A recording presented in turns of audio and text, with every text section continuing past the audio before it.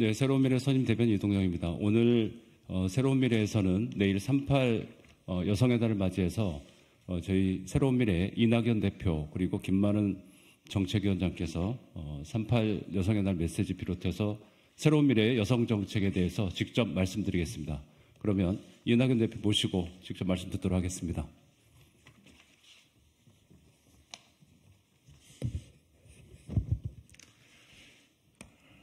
내일은 38 세계 여성의 날입니다. 1908년 3월 8일 미국의 여성 노동자들이 근로여건 개선과 참정권을 요구하며 우리에게 빵과 장미를 달라고 요구했던 날입니다. 빵은 남성에 비해 저임금에 시달리던 여성의 생존권을, 장미는 참정권을 의미합니다. 그렇다면 2024년 대한민국에서는 115년 전에 그토록 미국 여성들이 열망했던 빵과 장미가 여성들의 손에 쥐어져 있습니까? 채용에서의 성차별은 여전하고 성별 임금 격차는 몇 년째 OECD 부동의 꼴찌입니다. 꼴찌가 아니라 최악이란 뜻입니다. 여성들은 안전이별을 걱정하고 스토킹 범죄로 목숨을 잃기도 합니다. 삶의 매 순간마다 안전을 걱정하며 긴장의 끈을 놓지 못하고 살아가고 있습니다. 거기에 더해 온라인 공간에서는 AI, 딥페이크 등 예전에는 보지 못했던 새로운 기술을 매개로 한 다양한 형태의 성폭력이 만연합니다.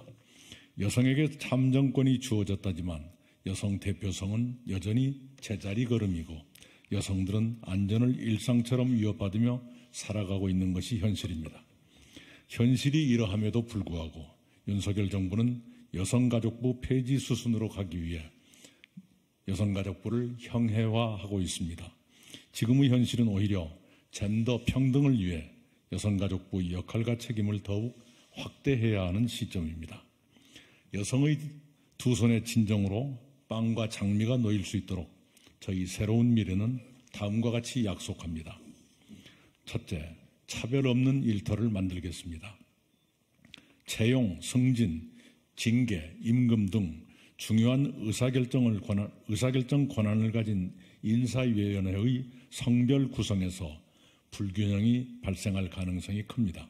공공기관부터 민간 기업에 이르기까지 인사위원회 구성에 성별 균형 원칙을 제도화하겠습니다. 성차별 모니터링을 강화하고 채용, 임금, 승진 등에서의 성차별적 처우에 대한 시정명령과 함께 징벌적 손해배상제를 도입하겠습니다. 둘째, 여성폭력을 예방하겠습니다. 반의사 불벌조항 폐지를 포함한 처벌 강화와 보호조치 확대의 내용을 담아 교제폭력 처벌을 법제화하고 수사과정, 민형사 재판과정 등에서 피해자의 정보 보호를 규정하겠습니다. 강간죄 구성 요건을 폭행과 협박이 아닌 동의 여부로 하는 법 개정을 추진하겠습니다. 법조항에서 수치심, 성적 욕망, 음란 등의 용어를 고치고 성폭력, 가정폭력 등 피해자들을 위한 보호시설을 확충하고 자립 지원을 확대하겠습니다. 비약적으로 증가하는 디지털, AI, 딥페이크 등 기술을 매개로 한 성폭력에 대응하기 위해 성폭력처벌법, 성매매처벌법, 청소년보호법 등 관련법을 개정하고 수사 과정에서 유포 여부 확인 및 수사기관의 삭제 차단 요청을 의무화하고 정보 저장 매체의 필수적 몰수, 불법 촬영물 등의 삭제 명령을 하도록 하겠습니다. 피해자 지원의 온오프라인 접근성을 향상하고 삭제 지원 범위와 지원 대상도 확대할 것입니다. 가정폭력범죄처벌법의 목적이 가정의 평화와 안정을 회복하고 건강한 가정을 가꾸는 것에서 피해자 보호로 패러다임을 전환하도록 법률을 개정하겠습니다.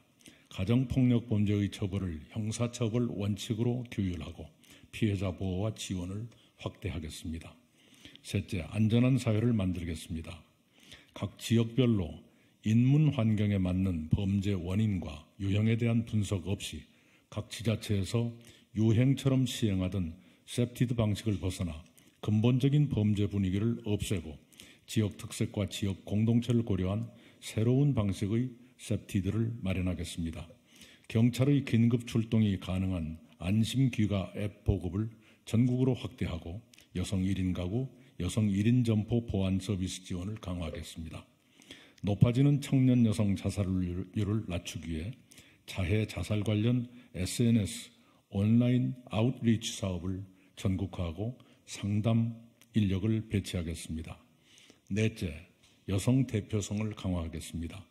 국회, 광역의회, 기초단체장의 공천 30% 여성 할당을 의무화할 것입니다.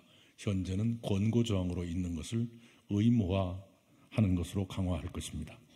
여성이 행복한 새로운 미래는 윤석열 정부에는 없습니다. 저희 새로운 미래가 성평등한 대한민국을 약속합니다.